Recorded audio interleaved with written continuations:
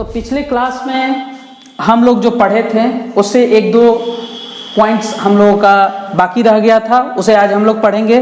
तो यहाँ पर है अगला जो हम लोगों का पॉइंट है वो है ऑक्सीकरण संख्या।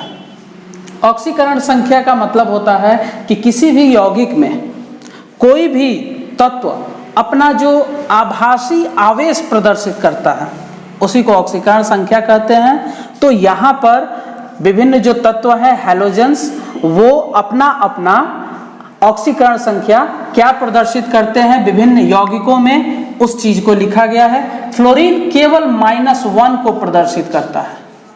ये क्यों, ये हम लोग का अगला जो है टॉपिक है। क्लोरीन 3 तरह की ऑक्सीकरण संख्या प्रदर्शित करता है, -1, +1 और +3। ब्रोमीन -1, +1, +3, +5। आयोडीन सबसे ज्यादा -1, +1, +3, +5 और +7। ये इसलिए करते हैं ज्यादा ऑक्सीकरण संख्या का प्रदर्शन क्योंकि इनमें डी ऑर्बिटल जो होता है वो खाली होते हैं। ठीक, डी में जो 5 ब्लॉक्स होते हैं खाली, उसी को ऑर्बिटल्स कहा जाता है और वो खाली होते हैं इन सब में। बड़े बड़े इसके नाभिक के बाहर जो कक्षाएं हैं, बड़ी बड़ी कक्षाएं होती हैं जो कि वैकेंट रह जाती हैं, इसीलिए ये दूसरों से ज्यादा इलेक्ट्रॉन ले सकते हैं, इसलिए इनकी ऑक्सीकरण संख्या ज्यादा प्रदर्शित होती है। अगला जो हम लोगों का पॉइंट है वो है ऑक्सी अम्ल का निर्माण। तो जो जितने भी हैलोजेंस होते हैं उनमें फ्लोरीन को छोड़कर अन्य सभी ऑक्सी अम्ल का निर्माण करते हैं। ऑक्सी अम्ल क्या होता है? ऑक्सी अम्ल का मतलब कोई भी अम्ल जिसमें ऑक्सीजन उपस्थित होता है उसे ऑक्सी अम्ल कहते हैं। तो ये जितने भी होते हैं हैलोजेंस उसमें सिर्फ फ्लोरीन को छोड़कर बाकी सभी ऑक्सी अम्ल का निर्माण करते हैं। क्यों करते हैं? क्योंकि फ्लोरीन जो होता है वो ऑक्सीजन से ज्यादा अभिक्रियाशील होता है। इसके लिए हमने आप लोगों को पढ़ाया है एक विद्युत ऋणात्मक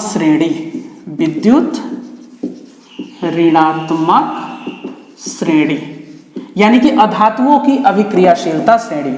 जो अधातु सबसे ज्यादा अभिक्रियाशील है वो पहले रहता है। इसका एक ट्रिक हमने बताया था, फोकल होता भी है नब्रस ई कप बराबर फोकल FO कल नब्रस ई कप बराबर फास्फोरस और हाइड्रोजन का ऑक्सीकरण विद्युत धनात्मकता जो होती है, इलेक्ट्रो रिएक्टिविटी समझ लीजिए, ठीक, वो बराबर होती है। फ्लोरीन ज्यादा होता है ऑक्सीजन से अभिक्रियाशील, इसलिए ये ऑक्सी अम्ल का फ्लोरीन निर्माण नहीं कर पाता है। बाकी के जो तत्व होते हैं हैलोजेंस में वो ऑक्सीजन से कम अभिक्रियाशील होने के कारण ये ऑक्सी अम्ल का निर्माण करते हैं। लेकिन फिर भी एक अपवाद होता है। अपवाद कौन सा है? तो वो है HOF हाइड्रोक्सी फ्लोरो या हाइड्रोजन ऑक्सीफ्लोरिक एसिड, इसका नाम होता है फ्लोराइड एसिड।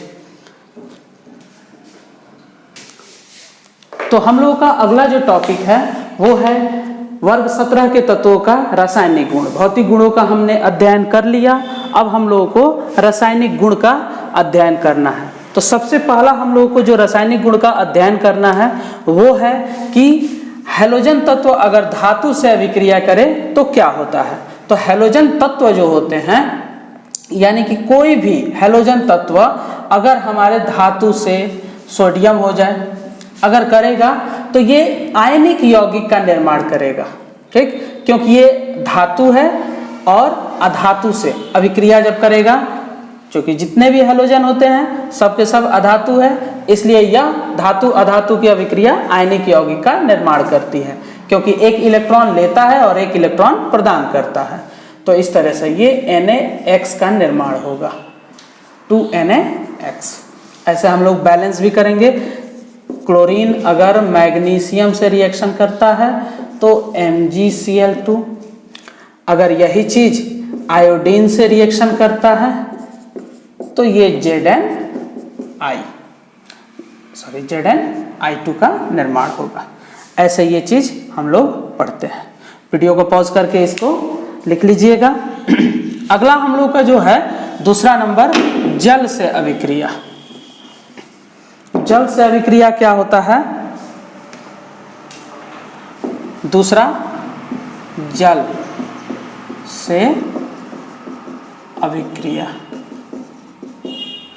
कोई भी हैलोजन जल से जब अभिक्रिया करता है तो अम्ल बनाता है और ऑक्सीजन को मुक्त करता है। कोई भी, मान लो कि ये H2O जल हो गया और यहाँ पर कोई भी अगर हम क्लोरीन ही उपयोग करते हैं, लेकिन ये जल जो होता है एकदम ठंडा नहीं होना चाहिए, थोड़ा सा वार्म होना चाहिए, यानी कि इसका तापमान 25 डिग्री सेल्सियस से ज़्यादा होना चाहिए, वार्म, हल्का सा, ज़्यादा नहीं।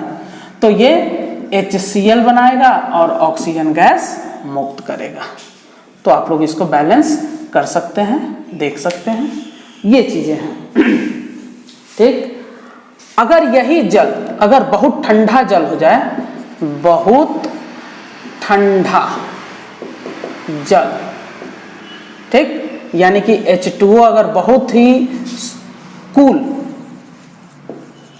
कूल्ड है अगर, तब ये क्लोरीन से अभिक्रिया करेगा तो ये इसका रवा बनाएगा। क्लोरीन वैसे ही रहेगा और H2O भी वैसे ही रहेगा, लेकिन इसका नाम हो जाएगा क्लैथरेट।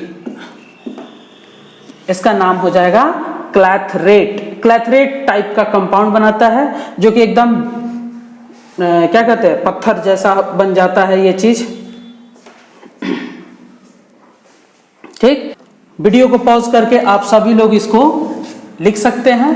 फिर हमारा जो टॉपिक है तीसरा, हाइड्रोजन से अभिक्रिया। हाइड्रोजन से अभिक्रिया। हाइड्रोजन से अभिक्रिया किस प्रकार करते हैं?